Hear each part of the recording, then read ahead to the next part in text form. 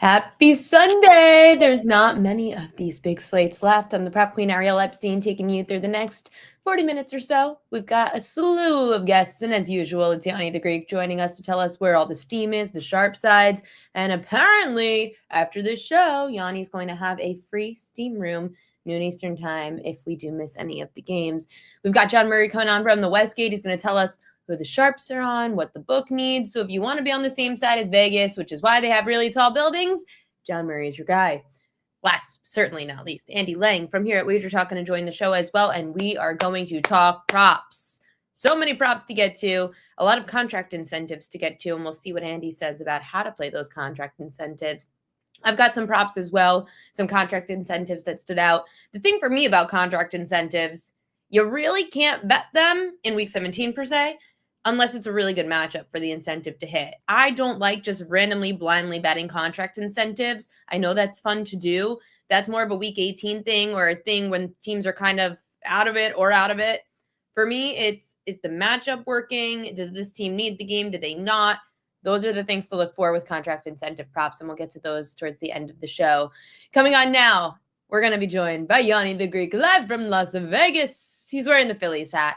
He's in it. It's time to win some money. Yanni, how are you on this Sunday? Never better. I'm firing right now, actually firing some props. I could give them to you guys. Hell yeah, let's hear them. Speak. All right, let me just hold on. We love when you have props. It's so rare that they come in so early. I mean, usually you don't have them yet. Huh? I'm about to give you a bunch of them. 5 of them, actually. Hold on. Let me just send this one to my subscribers first. They got to get it first. It's only fair.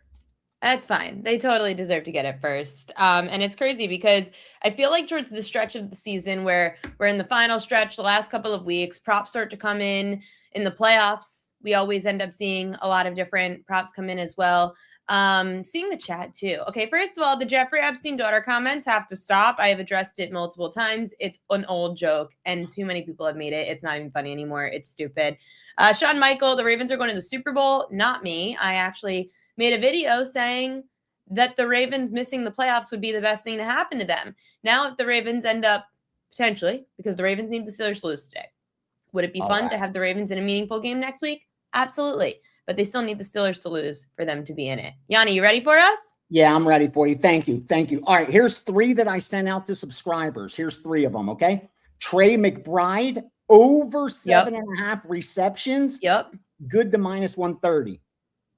Aaron Rodgers, longest completion, under 31.5, under 30.5. So we bet that one twice. Aaron Rodgers, longest completion, under.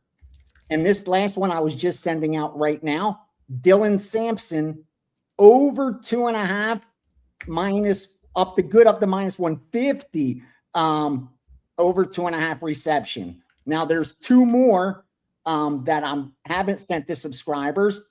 I did move it for these groups, but I only send the props to subscribers that I get multiple confirmations on. Otherwise, a lot of times they're middle attempts, they're scalps, and it's Tyler So passing yards over 221.5. They laid minus 120. And then Chris Olave, receptions over 5.5. They laid minus 110. So over 5.5 receptions and then over 221.5 passing yards. That's some sharp props that came in right now as we're doing this. So yeah, I love the Trey McBride prop. I love Aaron Rodgers unders today, and not because I'm a Ravens fan. It's just what the numbers say. Trey McBride is getting a defense in Cincinnati that is absolutely horrible against tight ends this year. So he's definitely a volume monster for this slate. Yanni, I know that you've got the free steam room coming up at noon Eastern time today, which is super exciting for anyone that misses any games on the slate here on the show. So make sure to go check in Bet with a Steam Room, brought to you by WagerTalk, noon Eastern time. It is free today, and usually you would have to pay for that. So really good to know. Cleveland Browns and Steelers. We might as well start there. We're talking Aaron Rodgers unders. The Browns, their defense is still dealing. It's a question of can Shedeur Sanders get the job done. That line moved from 5.5 to 3 throughout the week. Have we missed the boat? Is it the Steelers now? We still have the key number 3. How do you see that game with the Browns and the Steelers? Yeah, I mean, listen, I would have liked to get down earlier, but you're going to get that chance again because the Steelers are getting steamed this morning. That much I can tell you. I received the buy order on the Steelers. I know other guys are getting buy orders on the Steelers as well. I know all the talk was the sharp side was Cleveland, and it was earlier in the week, but they came back really strong on the Steelers off screen about 15 minutes ago. And I'm pretty sure it's going to appear on screen within the next 30 minutes. That's always how it works. And you're going to get a lot of that over these next 2 weeks. This is that time of the year where if you're trying to read line moves to draw conclusions, if you don't have definitive sources to confirm, you're guessing. And that's a bad position to be in. You're better off being extremely selective and just waiting for the playoffs. Because there's a lot of manipulation going on because these lines are going to move significantly. And like I said, there's going to be a lot of moves early that then you see take back later, like the Steelers today. We're laying 3 off screen all morning. I didn't use that with subscribers because, like I said, I bet both sides of this game. I bet Cleveland earlier in the week for a group. And then today, they 3, 4, 5X'd it off screen first. And I'm pretty sure it's showing up on screen. If you pull up there it is. Yeah, Pittsburgh's up to 4.5. Yeah. Okay. So I mean, I was waiting for that thing to bounce back because it just seemed, I mean, I know that there was a lot of, that line moved from 5.5 to 3 even before we saw the DK, even after the DK Metcalf, after the TJ Watt news, that line was moving in favor of Cleveland. So no surprise to see the Sharps bouncing back that line to 4.5. Listen, Cleveland's, there's only 2 teams that are below Cleveland on my power ratings, and that's the Jets and Vegas. So, I mean, other than fading the public, what was the argument to bet really Cleveland? Pittsburgh's not motivated. They're playing for those are the arguments you're making. But they are motivated because they don't want to have to play next week. If the Steelers win today, they don't need to play next week. They eliminate the Ravens. But if they lose, then the game against the Ravens is meaningful, and whoever wins that game would end up moving on, and the loser goes home. So it is a huge game for the Steelers. The Browns could just, have that incentive to bring down the Steelers. Like, that's really it. Yeah. So those guys are making their girlfriends or wives are booking flights to the Bahamas already. You think they care about ruining the Steelers' season? That's what they're focused on right now. If that's your motivation to play football, yeah. Yeah. Well, as a Ravens fan, I guess I should hope that the Ravens can root for the Browns today. But oh gosh, you know what's going to happen? Chris Boswell's going to kick a 60+ yarder, and the game's going to land like 3.5. Like, it'll end right there on the line between 2 and 4. It's going to be a close game. That's just how these games play out. You mentioned the Vegas Raiders, Yanni.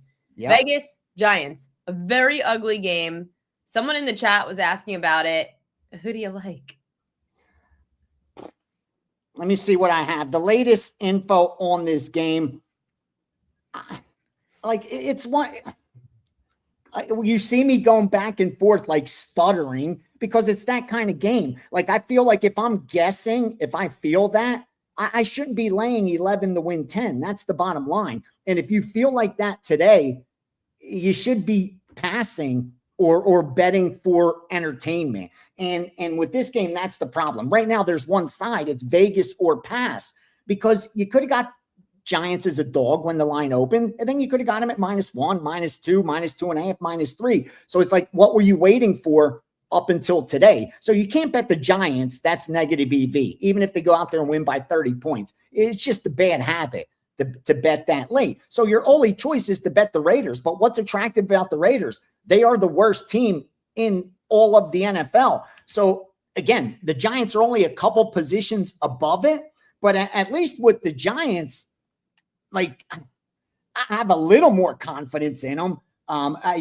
These are games that I'm passing on. I bet for, I use sports betting as an investment vehicle. I don't do it for fun. I don't really watch the games. I don't like root in teams or players.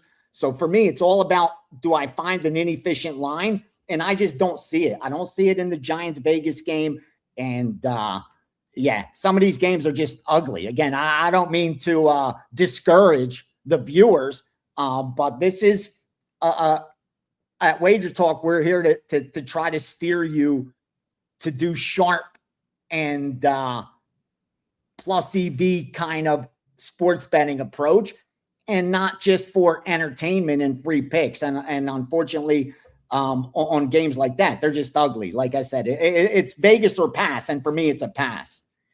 A game that's not that ugly. Two good teams actually going head to head. Eagles, Bills. This one's in the 4 p.m. Eastern time slate. This line's bounced around a bit. I've seen it go Bills -2.5, Bills -1.5. Now it's back to -2.5, total 44.5. It is cold here in New York and Manhattan. I can't imagine how freaking cold it is in Buffalo. What do you see here? Yeah, we bet the under. We bet that under at 44. You're starting to get over money from the betting public. That's why it's not really reflected in the market. But rest assured, the under did get steamed. And I think it's because mostly you're looking at overreaction. You have the Buffalo #1 offense. You're usually going to get an inflated price there. And then you have Philly coming off high-scoring games. They put up 31 and 29, back-to-back games. But the defense has showed up.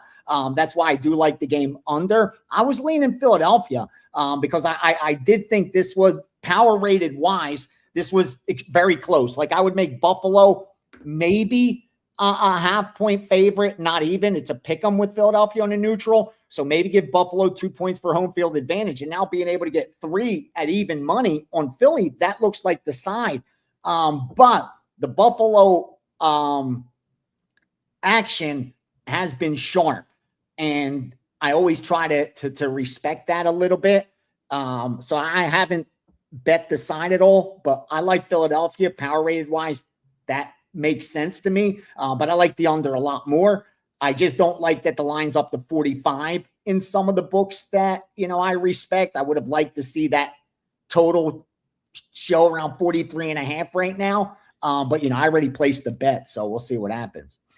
A game that really matters for that Bills team, it's the Patriots, because the Bills, if somehow the Patriots, I think the whole playoff implication is that next week would matter if both win today. I think that's how it is. But if the Bills lose to the Eagles, then the Patriots could win the division out, are done, and they win the division. So I think both have to win today in order for next week to matter for the division.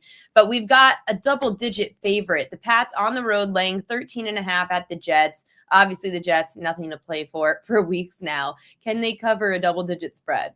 And New England's owned the Jets in this series. I mean, the Jets covered earlier, and I think they've covered 3 of their last 4. But you go, zoom out a little bit, and you'll see New England's dominated that series. But I think this line's a little bit too high, what we're looking at now. Like power rated wise, it's not going to come out to that, where New England should be a 2-touchdown favorite on the road against the Jets. But New England just continues to win football games. That's the bottom line. On paper, they don't really get too much respect from, the wise guys, because power rated wise, they're barely a top 15 team because they had such an easy strength of schedule. And yet statistically, they're barely top 15 offense, barely top 15 defense, efficiency wise. And I just think there's way too many points. I get it. Jets are at the bottom. The only team below the Jets are Vegas on my power ratings. But the spread becomes the great equalizer. I say that all the time, but it really does. And when you're talking about, upwards of 2 touchdowns at home, for me, it's a dog or pass situation. I'm hoping to get 14. That's the key. Can I get 14? Because right now it's sitting at 13.5, and I don't want to pay juice to get 14 on the Jets. That to me sounds crazy. So hopefully I get a 14 and I'll take it. Otherwise, it's a stay away from me. A team that also has nothing to play for, facing a team that has a lot to play for. It's that Jags-Colts game. And even though the Colts got eliminated yesterday, the Jags, they're on the road laying 4.5. I also saw that line move against the Jaguars throughout the week. Old man Phillip Rivers, his final swan song maybe in the next couple of weeks. Maybe there's a team that wants to play for him. But how do you handicap games like this where you've got a team playing for a lot versus a team playing for nothing? For nothing, yeah. That does become difficult. And more importantly, look at the line. It's moving in favor of the Colts, even though they got eliminated. Exactly. But the key is the Colts have played really good at home. If you look at them, the split is significant. I mean, they're a 2-5 team on the road. They're a 6-2 team at home. So you got to, give them the nod for home field advantage in this spot. And even though they haven't won football games, like this is a divisional game with Jacksonville. You expect them to, maybe show up. They got blown out by them earlier in the year, right? Just a couple of weeks ago, 36-19. So there is a little bit of revenge there. But it's another spot where it's tough to argue betting Indianapolis. Like if a team like this finds themselves behind, where's the motivation for that back door? That's the problem I have with betting some teams like them that are eliminated. That, they're at home. The split looks good. That's where they've played better. Power rated wise, it doesn't really make sense. But are they, going to try to play spoiler? Those are a lot of factors that are so difficult to quantify, Ariel. I rather pass. I don't mean to be boring, but again, I do this for money. And I think anyone out there should look to protect their cash. There's a lot of betting opportunities coming up. There's these bowl games, the playoffs in college football, the NFL playoffs around the corner. There's college basketball. There's NBA. There's NHL. Like there's so many opportunities for you to find value. You can't force it. And I think that's what we're doing in the last 2 weeks of the NFL. Yes, there's spots to make money, and the line moves reflect that. Anytime you see line moves 2, 3, 4, 5 points in the NFL, that's a money-making opportunity because that tells you the market's not very efficient right now. But with that said, most recreational bettors are not able to get out ahead of this information. Let's just keep it real. They're not doing that. They're betting it late after the market's already factored in and priced in all the news. And that's the difficulty. And if that's where you stand today, bro, let it go. Relax. There's better places to get your money down. Bet the positions you like. Like I have 2 positions already. Probably going to have 3 or 4 more between now and kickoff. But I'm in no rush to, lose profit that we've worked so hard to gain in the NFL regular season and in college football. So for me, it's take my time and find those good spots, but I'm not forcing anything today. Someone in the chat mentioned the Seattle Seahawks game, and it's crazy that they're on the road in Carolina, laying a touchdown. Carolina needs to win in order to have a shot to get in the playoffs, win the division.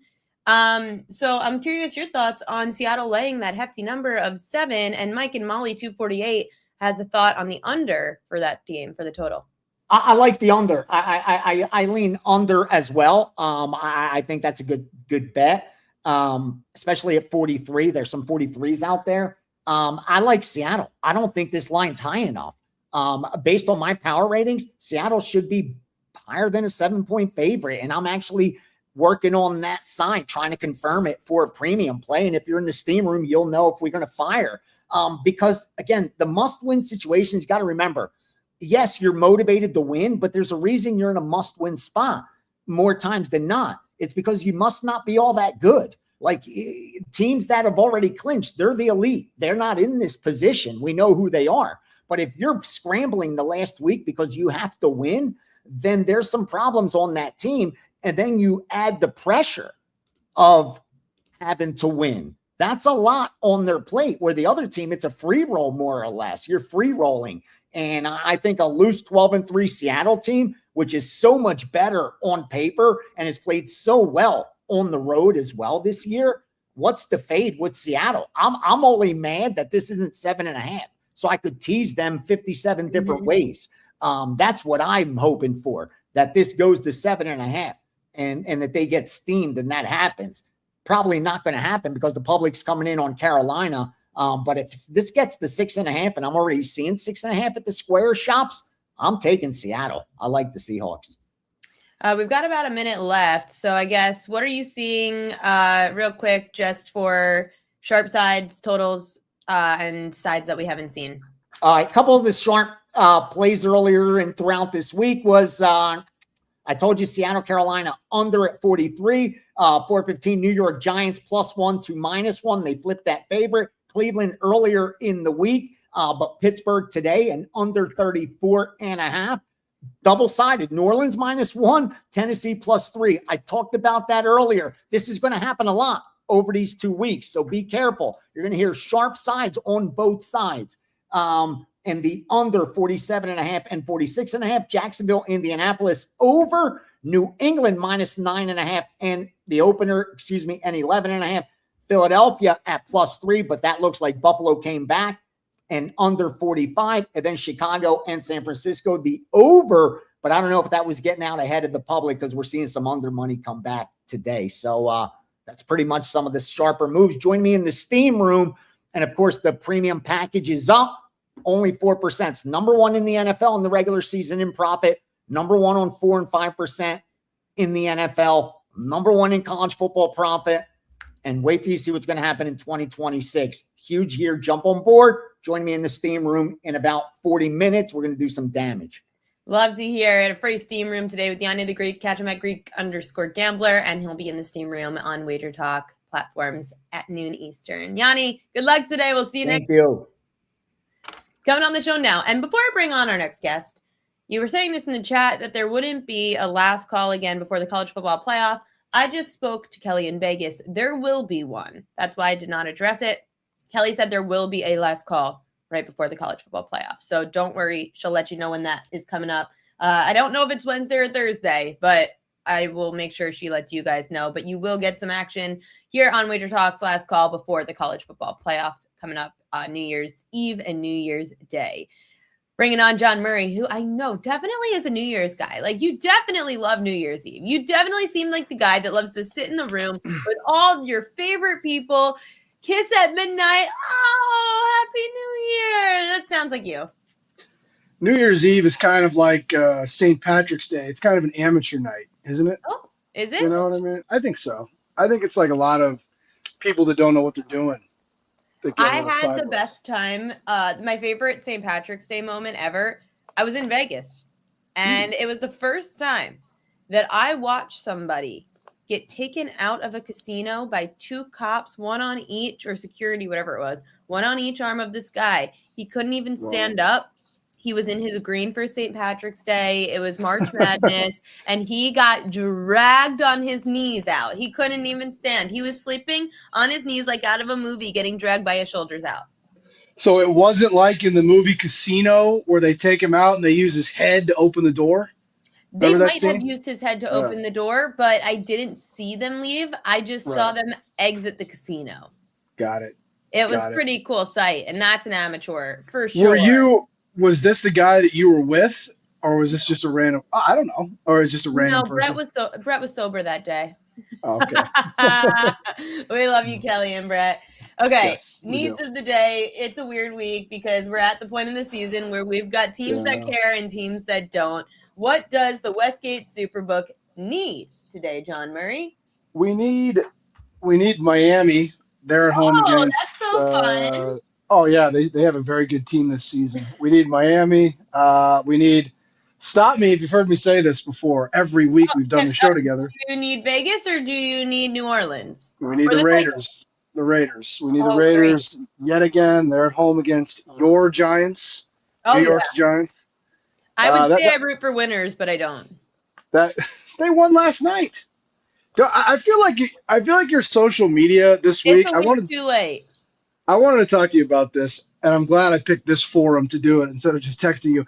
I feel like your social media this week has been like a weird mix of like professional photos and videos ranting about the Ravens. That's all I've seen from you all week. We do need the Raiders against your Giants, and it looks like we're going to need Philadelphia in the afternoon, and we need. I'll tell you a weird one. We need the Steelers.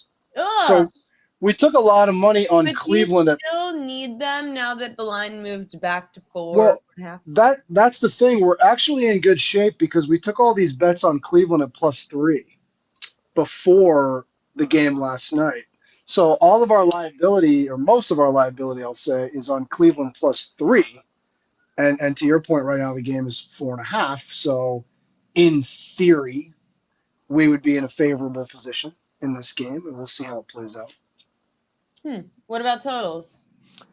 Totals. We need the under in the Bengals-Cardinals game. That should be a good one. Oh, We that's definitely great. want A to see lot to that. play for there. Oh, yeah, it's a good game. And it looks like we'll need, not a surprise, we'll want the under in the Eagles-Bills game. That's Oh, the big that's game in the actually kind of afternoon. shocking because it's cold weather. And I feel like a lot of people might be betting that under because they feel it's cold and it might snow and rain. Yeah. I'm Is that what they're shocking. saying? That's Is what that the how the public's saying. is that how the customers talk? They use that voice, that inflection? Never heard that.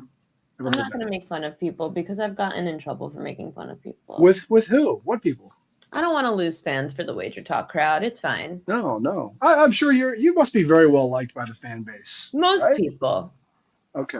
Yeah, most people. There are 'cause some you're- people in the chat that are mad at me still, but I'm going to win them back. Well, Kelly thrives on the people being mad at her. Like she welcomes it, right? Like I Like don't the really Patriots think, people. or the Bears people, because Kelly hates the Bears, right? And she hates Texas football, right? Kelly's been fading the Bears all season. Oh, how's that been going for her? You should ask her. Yeah. Oh, I will ask her. Well, Kelly's one of those people that like she'll say this team's not that good, and then she'll just fade them every week, and then yes, eventually the Bears will probably lose a game. I recognize that. She'll And then just be happy if they lose in the playoffs. Well, maybe they will, but they'll have already beat her like 10 times by then. So Maybe what she is that? teased them though. She did. She told me she teased them last week against Green Bay, and they should have lost that game. They should have lost to Green Bay, but they didn't. Right. Which team has had success this season that you're expecting to be a one and done in the playoffs? That's a good question. Is that your question or is that one of your people? That's my question. That's a good question. That's really that's good. why it's my question. Let's see. Who's going to be a one and done in the playoffs? I mean, of course, it's just going to depend on who plays who in the brackets. But I think, to me, New England and Chicago are both more real than Denver is. That's just how I feel about it. Denver seems to just barely scrape by so frequently, but it's all going to just come down to who plays who. You know, if Denver gets the right opponent in the first round and they're at home, I wouldn't be surprised at all if they won the game. But I think Chicago and New England. You believe in the Pats more so than I do in Denver, yeah. Because I think Drake May is just a really special player. I think he's really good. Wow, coming from you, that's a big compliment. What's that going to mean in his first playoff game? I mean, we'll find that out, right? But I do think he's a very good player. I just want to warn you that Kelly is listening because she already wrote the needs in the Leave the Cannoli chat. Doesn't she have anything to do, you know? Or is this what she's doing? Like she's producing this show? She's the boss. Yeah, that's touche. You know what? That was unfair of me, Kelly. I'm sorry. You're right. She's working. No, she's working right now. I'm wrong. I'm sorry. I can see Kelly in the background with the shocked look, wondering why the show is about her, also nodding in agreement. I think she's definitely disagreeing with us. The show is kind of always so badly insert herself into this video right now, probably, and talk back. I think this segment is kind of always about her, and I do a show on Fridays with one of your WagerTalk colleagues, Marrco D'Angelo, and he's a very, very good guy. And that segment usually becomes about Kelly because Marrco and Kelly are good friends. So that usually devolves into that as well. So I get it. But I think we ran through probably the critical needs here. We do. I think we'll probably. I mean, I know we're going to need Atlanta tomorrow night. Okay. Right. So Atlanta right now is a 7.5-point dog. Monday Night Football. They are at home against the Rams. How much will we need Atlanta? Will depend a lot on what happens today. You know, we're going to see a lot of parlay teasers. How many of them will survive today's morning games and make it to tomorrow? Well, I don't know that yet, folks. But if all the favorites win this morning, then we'll need Atlanta probably pretty big tomorrow. I know props aren't really as big out there, but are there any props that stand out to you? Let's see here. Let me see. They get bigger as the season goes on, and then you don't want to see all these high-profile players score a touchdown. That's what really will hurt you, is if you get because people love to parlay together all the players to score a touchdown. Yeah, they love that. Oh, they love it. So we don't want. I'm not we an don't want to anytime see touchdown that. person, We except don't for want. next week. I will be betting Hollywood Brown next week against those Raiders to score a touchdown for Who 750K. who was the? Oh, is that right? Oh, smart. Who was the player that said he wanted to score a touchdown today? Wasn't that Jamar Chase? I think I saw a quote like Jamar Chase's like only thing he cares about today is scoring a touchdown. Oh, So interesting. I didn't see maybe that. It maybe look wasn't at on my that. contract incentive list. Uh, I don't know. I don't think it was financial. Oh, he just wants to I don't. score one Yeah, so that he doesn't have to I play next week. I think so. Yeah, probably. It's tough for me because I don't play fantasy football anymore, so I've never heard of any of these players. But I'll do my best here. They bet Estime. Who's that? Okay, Is he Estime, yeah. a running back? He's Estime. actually from my hometown.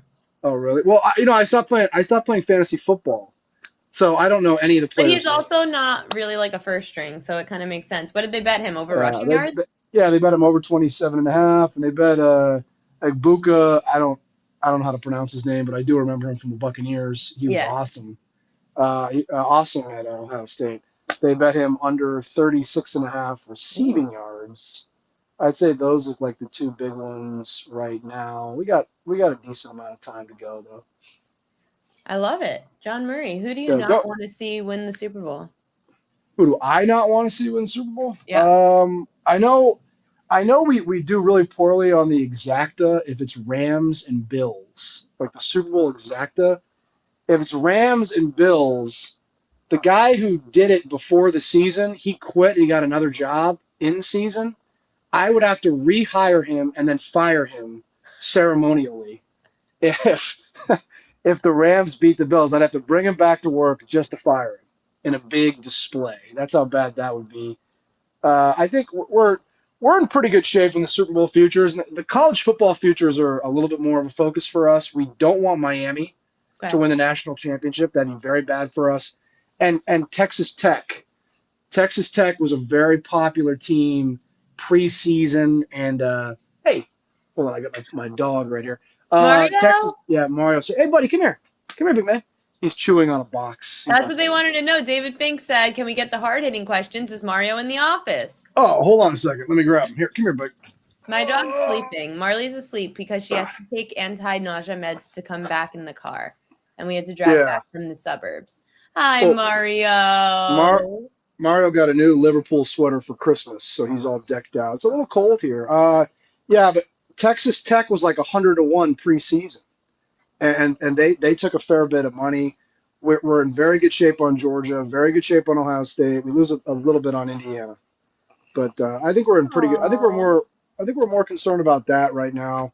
I'll tell you what's keeping me up at night is we get clobbered on Stafford winning MVP, which he's going to, which he should. So that won't be good for us. Should Phillip Rivers win Comeback Player of the Year? I think Phillip Rivers is awesome, man. I honestly like to just be living on some farm in like Alabama, coaching high school football, raising this factory of future quarterbacks, and then it's like, hey, Phil, we need a QB this week. Yeah, what the hell? And he just comes in off the couch. I think Rivers is amazing. I got nothing but good things to say. He's a dog, like Mario. Like Mario, yeah. Oh, all right, John Murray, we're going to let you go. Thank you, as always, for coming on the show and helping us pick some winners. Hopefully the Needs end up winning. I can't wait. Should be another fun NFL Sunday. Thank you for having me on. Tell Kelly Mario. There's Mario. Tell Kelly Mario said hello. I will. She'll have FOMO only because of Mario. Thanks, JM. Bye, guys. Coming on the show now, you guys know I love to talk about my props. There was nobody better to talk about props with on this ugly, weird, very hard to handicap sometimes slate with teams that may care, may not care, contract incentives. Andy Lang at Bump Sports joining the show. It's probably the first time this year, I think, that we've got Andy Lang on to talk props. How are you, my friend? I'm good. You started off by saying ugly and weird, and I thought you were describing me. And I'm like, geez, I volunteered to come on your show, and you start off with ugly weird. No, it is an ugly weird. I would only say that if it was props. Kelly. Come on. Yes, it is an ugly weird week of props. There's a lot of them that we'll go over, but tread lightly this week. Okay, so first I want to get your thoughts on contract incentives. At the top of the show, I said I only bet contract incentives before week 18 if it's against a team defensively that matches up well against that position player. How do you approach contract incentives prior to week 18? Okay, so here's the history of contract incentives. You got to understand the progression of it. So years ago, somebody, I don't know who it was, somebody discovered these contract incentives, and then somebody discovered, oh, these teams and quarterbacks and skill positions actually try to get these in the last week. So it started off very small with a small number of people knowing about this. Then it grew. And then it hit social media, and more of the public knows about contract incentives. Well, guess who else knows about contract incentives? The books. Yep. So now you have more and more people wanting to sound smart talking about contract incentives, and the books know this. Now the next progression is now we're going to talk about contract incentives in weeks before the final week. Yeah. Which is a gigantic mistake. I heard people talking about contract incentives last week with 3 games to go. You're setting yourself up for disaster. So honestly, I think it's jumped the shark, and I do not pay attention to many contract incentives. The books know it. It's baked into the lines.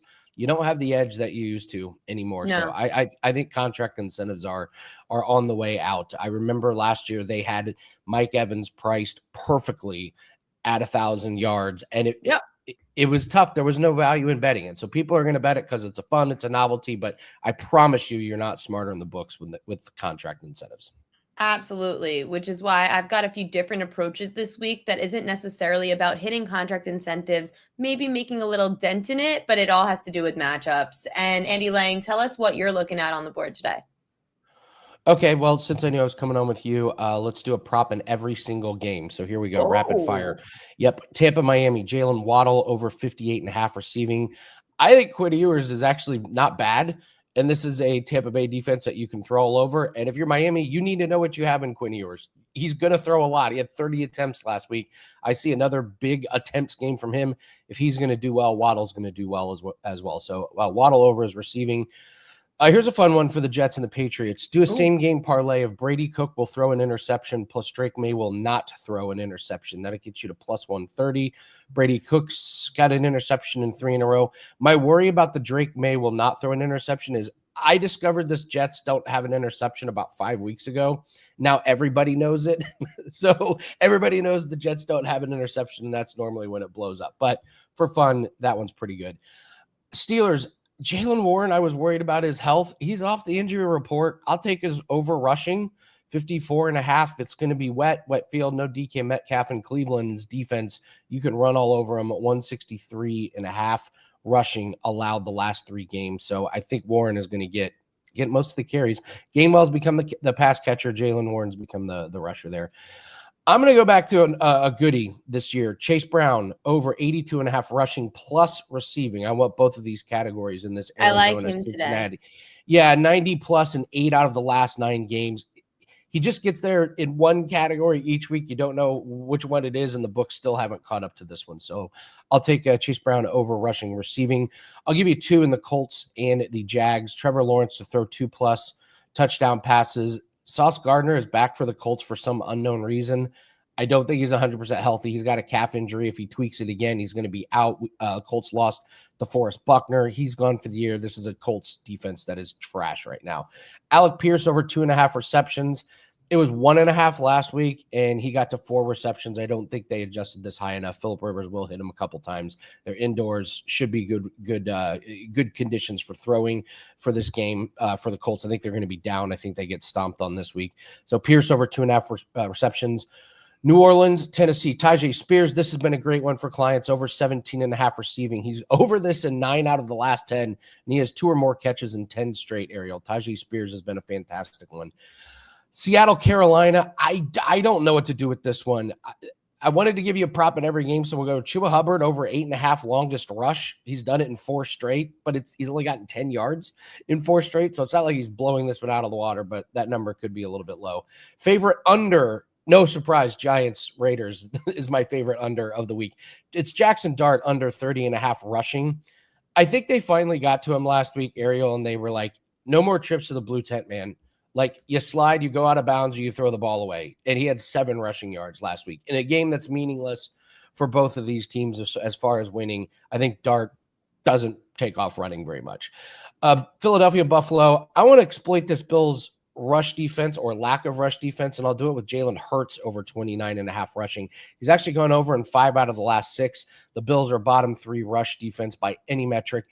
All the attention is going to be on Saquon Barkley. In a nasty weather game, Jalen Hurts is going to be fantastic taking off and running, take us over there. And then Chicago, San Francisco. I'm going to lean Caleb Williams over 1.5 passing touchdowns. You're getting a great price, and he's done this in 3 straight games, 4 out of 5. This is a San Francisco team that's really overachieved, but you can score on them. So Caleb Williams over 1.5 passing touchdowns. There's one prop in every game. Woo, and you did that so quickly. I'm on the same page as you, though, talking about the Jalen Hurts rushing. Usually he runs a lot more at home, which is the only thing that scares me. Bills struggle a lot against the run, especially running backs, but I was torn. I wanted to bet Hurts over, but again, on the road, it's not as much as at home.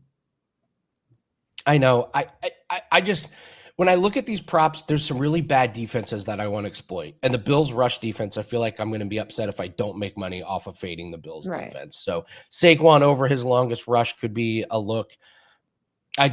These bad defenses, Ariel, Arizona, Cincinnati, Dallas, like they're cash cows to fade these horrible defenses. Another question I have for you, reacting to your prop slate.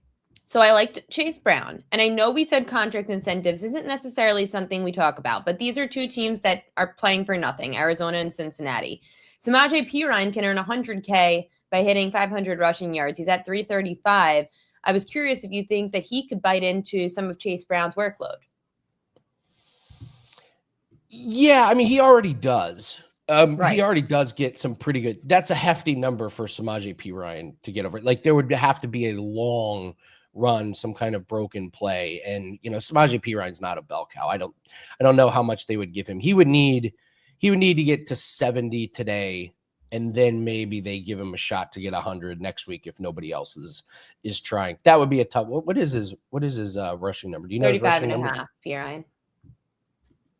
Yeah, lean over. These are 2 horrible defenses. Like this is an over machine. I looked at the weather. It's kind of gusty, but the sustained winds are not that bad. I don't think it affects the game that much. This could easily be a high scoring game where everybody goes over. And yes, John Moyer was right. It was Jamar Chase that said out. My goal for week 17 is to score a touchdown. The most random comment ever. Week 17. That's so sad. It really is. So sad. Tropical Farm says Adam Thielen over 2.5 receptions. He wants to know your thoughts. Oh boy. Adam Thielen. I know he had 4 last week. Yeah, sure, why not? It's not confident, but no DK there. It's just dink and dunk. I just think it's going to be a tight ends game. I'm not going to put money on it. If you're going to play it, sure, go ahead and play over just because DK is out, but I don't think there's really much value there. To me, it sounds like a Darnell Washington, Kenneth Gainwell type of game. And then Jersey Tuggin Sports Games, Jacoby Brissett over 1.5 passing, or Sam Darnold he also likes as well. Yeah, Jacoby Brissett for sure. Honestly, Ariel, my 5% play was on Brissett to throw over 1.5 touchdowns last week. Michael Wilson has an amazing catch. I like him over passing yards today. Yeah, Harrison drops one that he should have caught in the end zone. McBride, he had all the opportunities in the world to try. The worry with the Cardinals is they are so banged up on defense that the other team holds the ball for so long. Like you worry about the Cardinals with the time of possession, but today it could be just up and down the field, big play after big play. So yeah, Jacoby Brissett over for sure. They don't have a running game. How about Sam Darnold? That's the game I do not have a feel for. There's better spots. It's the one game that I like. Seattle at Carolina. I have no idea what to do with that game. No props jump out, but I would lean no. I would lean no on that one. King KT says Waller, Hill, or Strange. Who would you start? I love the Strange over receiving yards today. It's one of my best bets on the slate. What do you think? So this is fantasy football question, I believe. So Taysom Hill, Brent Strange. If you, depending on what the score is in your game right now, if you have a lead, I would take Brenton Strange. If you need a Hail Mary, I would go Taysom Hill. There's something weird going on in New Orleans with Taysom Hill. They're like, using him a bunch like he's going to retire or he's not going to be with the Saints next year, and they love him there. They gave him a ton of work. So if you need like a big upside swing, go with Taysom Hill. If your game is pretty close and you just need kind of a steady floor, it's Brenton Strange. Andy Lang, what are you promoting today? We got a lot of plays that are up. 5% best bet, and that comes with all the plays that come out today. So 2 weeks in a row we've had a winning record, but we've lost our big play. So let's keep up the winning record and let's finally hit our freaking big play today. But the good news is you can flat bet if you want. All the props that we've played with our own money are out today. So really like the slate in a lot of these games, and you're going to see a couple games where we have multiple props in those games. So we found some good matchups. We found some good numbers. I think the books are sleeping on some of these games. So let's cash 5%. Let's continue our winning ways in NFL. And thanks so much for having me on.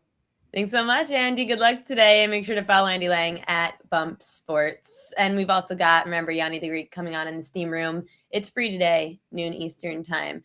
I've got, let's see, what props do I want to tell you guys? I've got props out on thepropqueen.com, but I'm also going to go live on my YouTube page, Prop Queen Media, right after this. I'll go live on YouTube and I will go through my entire list of props. It's free, nothing to pay for. Just if you want props, come to me right after the show at Prop Queen Media. We will go live on YouTube and discuss a prop for each game. Yanni the Greek will be live doing sides and totals, telling you where the steam is at noon Eastern on the Steam Room. I'm going to try to do it quickly so that it doesn't have to overlap with him. Let's see. What prop do I like, though? I mentioned I liked Jacoby Brissett over passing yards. He's averaging 294 passing yards against bottom 10 pass defenses. Road games averaging 278 in the air. He's gone over in 4 or 5 road games since he's allowing the 5th most passing yards per game to quarterbacks. Yanni mentioned that the sharp side he liked. His sharps are betting Trey McBride over 7.5 receptions. That's because Trey McBride's averaging just over 8 receptions a game against teams bottom 10 against tight ends. Cincinnati's allowing the most receiving yards per game to tight ends this year. 63% of tight ends have gone over their reception prop, which is the most, if you're looking at receptions, receiving yards, longest reception. 63% went over their receptions against Cincy, and that's the highest percentage of those 3 props to go over against the Bengals. I mentioned I love Brenton Strange also, over 37.5 receiving yards. He's faced 4 defenses that are bottom 10 against tight ends. 2 of the 3 on the road did go over. He had 93 against Arizona, 39 against Denver, and 17 against Cincy. He's gone over in 4 of 5 road games overall this year, Strange. Indy's allowing the 2nd most receiving yards per game to tight ends, with 63% of tight ends going over their receiving yard prop. So I would definitely take a look at Brenton Strange today. In a game that's meaningless for the Colts, can't imagine defense really shows up to play, but maybe the offense does just a little bit. And then I said I like Jacoby Brissett as well because he's up against a really bad pass D. And Jacoby Brissett up against bad pass Ds this year. I mentioned that with the over on the passing yards. Let me see. Kate Otten also is a good matchup as a tight end over in 6 of 8 road games. He's averaging 35 receiving yards a game on the road, 28 at home. Miami's allowing the 3rd most receiving yards per game to tight ends. So make sure to check me out on the Prop Queen Media YouTube page. Subscribe and tune in to the live show right after this. And I will go through a prop in every game and also try to answer your questions as best as I can. Good luck today, everybody. Thanks for joining in on WagerTalk Last Call. We'll be back next week talking NFL, but also remember Kelly in Vegas said stay tuned. They will be doing a last call for the college football playoff coming up for New Year's Eve and New Year's Day. See you guys next week.